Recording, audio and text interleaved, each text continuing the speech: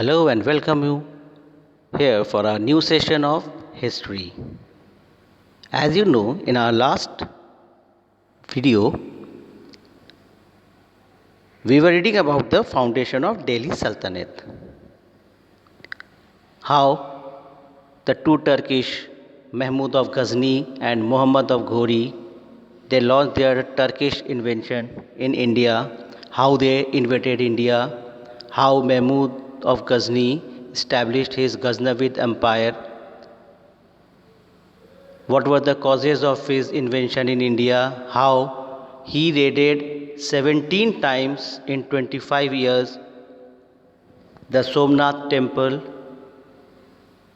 he fought against the Jaipal, he fought against the Anandpal, then he attacked the Somnath temple, later on his decline in India. Then also we have studied about the Muhammad Ghori, his battle against the Prithviraj Chauhan in Battle of Terrain in 1191 where he was defeated by Prithviraj Chauhan. Then again in 1192 he fought against Prithviraj Chauhan and later on he won that battle and he established his dynasty which was known as a Ghurid dynasty. Now we will study about the expansion of Ghori's officers in this lesson. Ghori made the captured Indian territories part of Ghurid Empire. To look after these territories, he appointed Kutubuddin Aibak as governor. After the return of Ghoris to Ghor, Aibak captured Mathura, Gwalior, Malwa and other territories. Ghori became Sultan after the death of his brother in 1202 AD. He returned to India in 1206 AD to crush a rebellion in Punjab. However, while returning to Ghazni after crushing the rebellion, Ghori was assassinated. Ghori appointed Kutubuddin Aibak, one of his slave, as a governor of India and he returned back to Ghor. After that, Kutubuddin Aibak captured Mathura, Gwalior, Malwa and some other territories. Later on 1202, Ghori became the Sultan after the death of his brother. And in 1206 AD, he returned back to India to crush a rebellion in Punjab. After that fight, he returned back to Ghazni, but he was assassinated there. After his assassination, Kutubuddin Aibak declared himself as Sultan and the Delhi Sultanate was founded by him.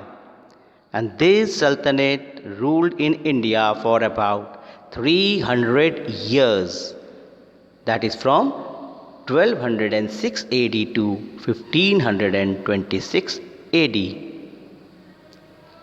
In these 300 years, we saw the rule of 5 Muslim dynasties. Its rulers were called sultans. The main Turkish or Afghan dynasties that rule in India during the Sultanate periods are listed in the following table. See, Slave or Mamluk dynasty, which was established by Kutubuddin Aibak from 1206 AD to 1290 AD. Khalji dynasty 1290 AD to 1320 AD. Tughlaq dynasty 1320 AD to 1414 AD, Sayyid dynasty from 1414 AD to 1451 AD, and last was the Lodi dynasty 1451 AD to 1526 AD. Now we will study one by one. First was the slave or Mamluk dynasty, which was established by Qutbuddin Aibak, who ruled from 1206 AD to 1210 AD. That means he ruled only for 4 years. Following Ghori's death, his governors declared themselves independent. One such governor was Qutbuddin Aibak, who took control of Ghori's possessions in India. Qutbuddin Aibak is considered the founder of both the Delhi Sultanate and the slave dynasty or Mamluk dynasty. Most of the rulers of this dynasty, Qutbuddin Aibak, Iltutmish and Balban, started their career as slaves, so the dynasty was called the slave dynasty. Almost most of the sultan of these 300 years of reign were slave, like Qutbuddin Aibak, Iltutmish, Balban, and that is why this dynasty was known as a slave dynasty. Qutbuddin Aibak was the first ruler of the Mamluk or a slave dynasty. Initially, he ruled from Lahore and later on he moved his capital to Delhi. Aibak ruled for only 4 years, 1206 AD to 1210 AD. Aibak is portrayed as a ruler who took care of his subjects. His kindness and generosity earned him the title of Lakh Baksh, which means giver of lakhs. He is also remembered for starting the construction of Qutub Minar in honor of the Sufi saint Qutbuddin Bakhtiyar Kaki. Qutbuddin Aibak, he was the first ruler of Mamluk and the slave dynasty. Initially he ruled from Lahore, but later on he shifted his capital to Delhi. He ruled only for 4 years. But he was very kind and generous, and that is why he was being given the title of Lakh Baksh, which means giver of lakhs. He started to build Qutub Minar in the honor of Sufi saint Qutbuddin Bakhtiyar Kaki. The construction of Qutub Minar was completed by Aibak's son-in-law Iltutmish. Aibak also built India's first mosque, Kuwaitul Islam, Might of Islam. So, Aibak built first mosque in India. Its name was Kuwaitul Islam or Might of Islam. Aibak died while playing polo in 1210. He was buried in Lahore. He was succeeded by Iltutmish, who was the son-in-law of Aibak. Now Iltutmish ruled from 1211 AD to 1236 AD. Aibak ruled for only 4 years. The territories won by him were like the loose units of fledgling empire. Therefore, when Iltutmish became Sultan, he faced rebellions by the Turkish nobles and the Rajput chiefs. However, Iltutmish succeeded in subduing all his enemies. He brought the entire North India under his control. When Aibak died, all his territories which he had won in the last 4 years, their units were loosened by the rebellion of Turkish nobles or Rajput chiefs.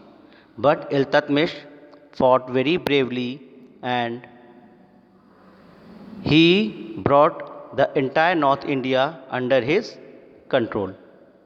Iltutmish also saved his empire from the Mongols' attack by refusing to give shelters to the Jalaluddin, the Shah of Persia, who was fleeing from the dreaded Mongol invaders Genghis Khan. Iltutmish, he saved his empire from Mongol attack, and he refused to give shelter to Jalaluddin. He was the Shah of Persia, and he fled from the dreaded Mongols invader Genghis Khan. Genghis Khan was a Mongol invader. Due to his success in consolidating his position and in expanding the Delhi Sultanate, Iltutmish is considered as the real founder of the Turkish rule in India. Due to his success in consolidating his position, he consolidated his position strongly and he expanded the Delhi Sultanate throughout the India. That is why he is considered as the real founder of Turkish rule in India. Iltutmish ruled for 25 years. He was an able administrator. He divided his empire into several provinces called Iqtas. The Iqtas were administered by nobles or officers called Iqtadars. Iltutmish ruled for 25 years. He was very efficient administrator and he divided his empire into several provinces, and that provinces were known as Iqtas, and these Iqtas were administered by the nobles who were known as Iqtadars. They collected land, revenue and maintained law and order in the Iqtas. Iltutmish introduced new currency in the form of silver coin called tankas and copper coins called jitals. He also completed the construction of Qutub Minar. So his silver coins were known as tankas and the copper coins were known as jitals, and he completed the construction of Qutub Minar. Iltutmish did not consider his sons capable of ruling the Sultanate after his death. So he named his daughter Razia as the successor, but the Turkish nobles were not in favor of a female ruler. So after Iltutmish's death, they put the reign of Sultanate in the hands of his eldest son Rukuddin Firoz Shah. However, Rukuddin proved as incapable ruler and was deposed by Razia.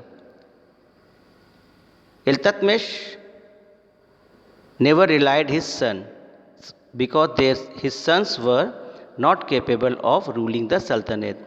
His daughter Razia Sultana, she was very able and very much capable as a ruler. So he made Razia as a Sultanate of Delhi, but the Turkish nobles, they did not allow her because they never want to work under a female. So after the death of Iltutmish, they appointed Rukuddin Firoz Shah. He was the eldest son of Iltutmish, but he was very incapable and he was deposed by Razia, and Razia ruled as a sultana from 1236 to 1240 AD. Razia was the first female ruler in the Muslims world. Her throne name was Jalat-ud-Din Razia. She was a great administrator, a fighter who led her army in many battles, but she could rule for only 4 years as the nobles had conspired to depose her. They were angry because Razia had stopped consulting them before taking any major decision. She favored a slave named Yaqut which annoyed her nobles. They revolted against her and she was deposed. Later on, Razia and her husband Altunia were killed by the forces of the nobles. Ghayasuddin Balban 1266 AD to 1287 AD.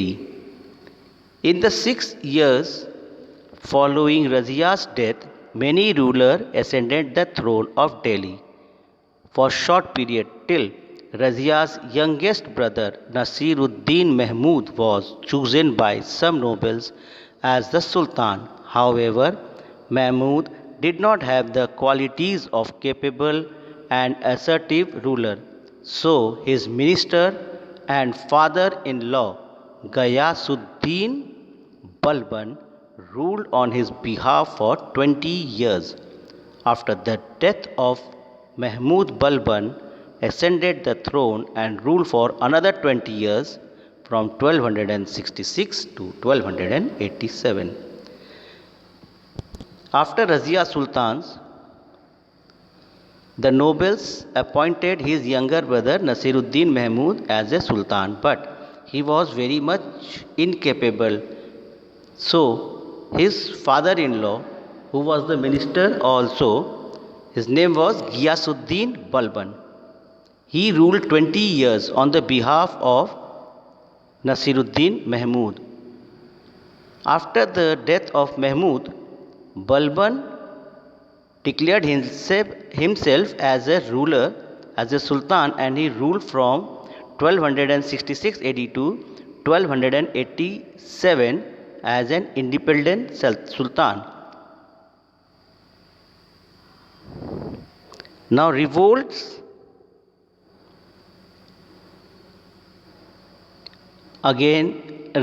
and Mongol attacks.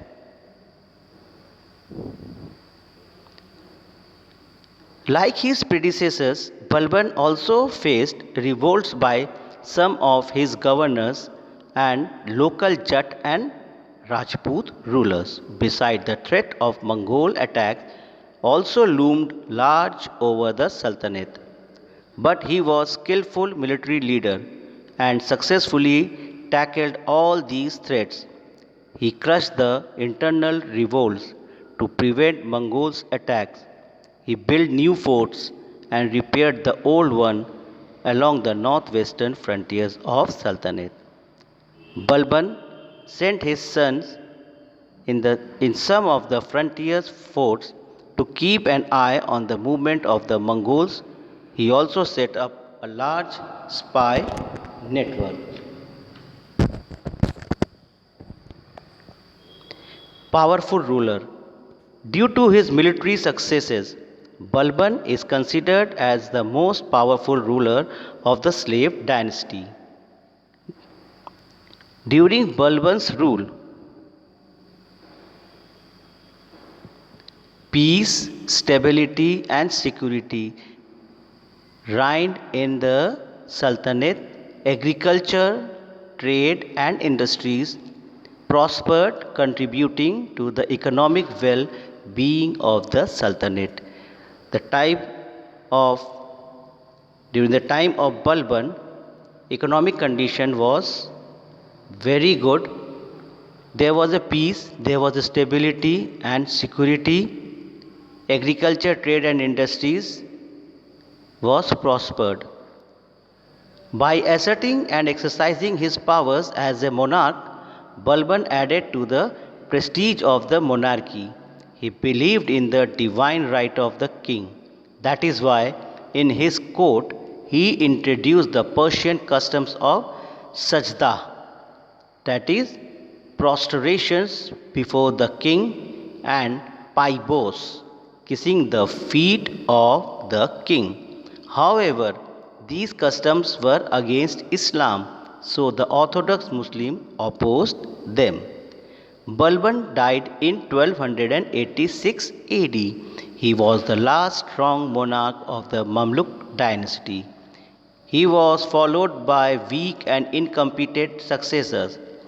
revolts and rivalries finally brought the downfall of the Mamluk dynasty in 1290 AD, and the Sultan passed into the hands of Khalji dynasty. And now from here the Khalji dynasty starts. So that's all for today's session. In our next session we will start with the Khalji dynasty of Delhi Sultanate. Till then, have a nice time and read this topic very carefully.